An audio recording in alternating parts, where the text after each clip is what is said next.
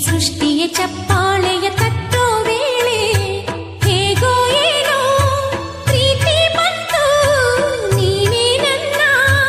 ಬಾಳೋ ಅಂತು ಭೂಮಿಲಿರೋ ಮೊಕ್ಕೆಲ್ಲವೂ ಹೂವಾಯಿತು ಓನಲ್ಲ ನಿನ್ನ ಆಂತರ್ಯದಲ್ಲಿ ಮುಕ್ಕೋಟಿ ಸೂರ್ಯ